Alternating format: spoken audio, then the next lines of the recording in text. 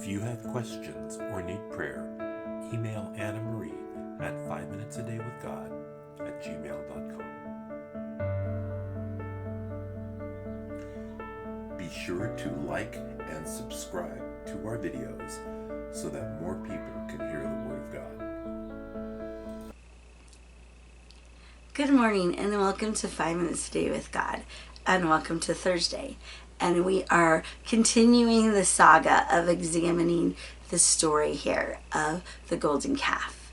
And so today we are going to look at Exodus 32 verses 15 to 21a. So we are going to look at, Moses, what he did was he advocated for the people, but we're also going to see here the judgment that's happening here, or Moses' response to the people. Moses turned and went down the mountain with the 2 tablets of the covenant law in his hands. They were inscribed on both sides, front and back. The tablets were the work of God. The writing was the writing of God engraved on the tablets. When Joshua heard the noise of the people shouting, he said to Moses, "There is sound of war in the camp." Moses replied, "It is not the sound of victory. It is not the sound of defeat. It is the sound of singing that I hear." When Moses approached the camp and saw the calf and the dancing, his anger burned, and he threw the tablets out of his hand, breaking them to pieces at the foot of the mountain. And he took the calf the people had made and burned it in the fire, and then he ground it to the powder, scattered it on the water, and made the Israelites drink it. And he said to Aaron, "What did these people do to you that you led them into great sin?" All right, so let's look at this response here. So Moses and Joshua come down from the mountain, and you remember Joshua went up with Moses, but he wasn't necessarily in this dialogue with God. He wasn't in this presence. He was kind of on the side, just kind of waiting there for Moses. And so they run down the mountain, and I love this phrase that Joshua says, because this shows that his heart as a warrior, right? And he's going to need that later, right? He's the one that's going to lead the people into Canaan. And so his first thing that it says is, there's a sound of war in the camp, right? That's his reaction. There's noise. He's like, oh no, there's war going on. Our people, when we were gone, might have been attacked by some neighboring Canaanites. And so Moses says, no, this is not war. I hear singing. And so he goes down and he sees what the people are doing, and he gets angry, and then he gets the tablets and he breaks it. And so he does it out of anger, but it's also a significant act, because it's not just out of anger, but it's a symbolism here of the people breaking the covenant, because the 10 Commandments were the covenant, basically the guidelines of the covenant, right? You are my people, I am your God, and this is how you are to live. And their covenant they didn't have to earn it, right? It didn't say like, you do these commandments and then you become my people. You are my people, but this is how you are to live as my people. And so they weren't living that way, as they were worshiping this false idol, which was one of the 10 Commandments that they had heard before. They knew this. And so Moses breaks them, showing that this covenant has been broken. You've broken this covenant. And so then he goes and he basically takes his role as a leader, and he gets this calf and he melts it down, he burns it, melts it down, and he makes the people drink it.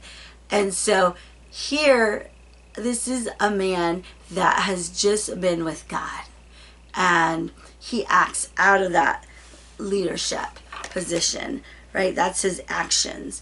And so nobody is arguing this, right?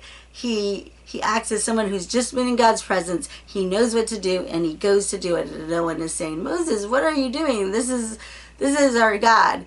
they know at this point, oh no, what's going on. And so I've often wondered, I think it's kind of weird or gross that Moses had them drink the gold, and I just never thought of the gold powder, and I never thought of that like, oh, that's just random. But there's actually reasons that scholars believe why he did that. And so I was kind of fascinated by that. And first was to show that their God can be easily destroyed.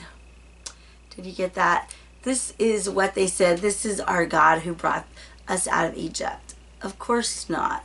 This calf was only, a few days old. It did not bring them out of Egypt. But this God, this idol that they worship, this little g God, could be easily destroyed. And that's true with our idols too. Our idols that we use are easily gone, can be easily gone, right? Whether it's a relationship, it could be here today, gone tomorrow. Our money, our popularity, our focus, all those things can be gone in an instant. And so only God is the only one that lasts. And so the other thing is to completely obliterate the idol, right? So this idol is gone. You are not having it anymore. Sometimes we have our own idols, right? And we keep them around, right? Isn't that true? We realize, oh, I know that this is an idol. I put a lot of time and energy and devotion that I don't give to God, that I give to this. But we kind of keep it around, right? And so God's like, Moses was like, nope, this idol is gone. There's not going to be any temptation for you to come back and maybe, bow before it or anything like that. So it's gone. And the third thing is, the next thing is to make the people pay. This is an immediate consequence of their sin, right? It's like this is a consequence. You did this, so you're gonna drink this. You're gonna drink this remnants of this idol. And then this last thing, I hadn't even thought of that before, but it was also to make the gold of the idol absolutely unusable because it was corrupted with bodily waste. So I didn't even think about that if they had just burnt it and left it in a heap, that maybe the people would have come and try to take the little gold specks out of it, right? That were still in the powder, and then use that for something else. But he just, by having them consume it, it's going to be contaminated by their waste. So they're not going to do that. Probably not. They're going to go through their feces and find the specks. And so Moses here shows a lot of wisdom in destroying this idol. And I think that this is our application for us too. What do we do with our idols? It's like, do we keep them around or do we destroy them and remove them away? So think about that today.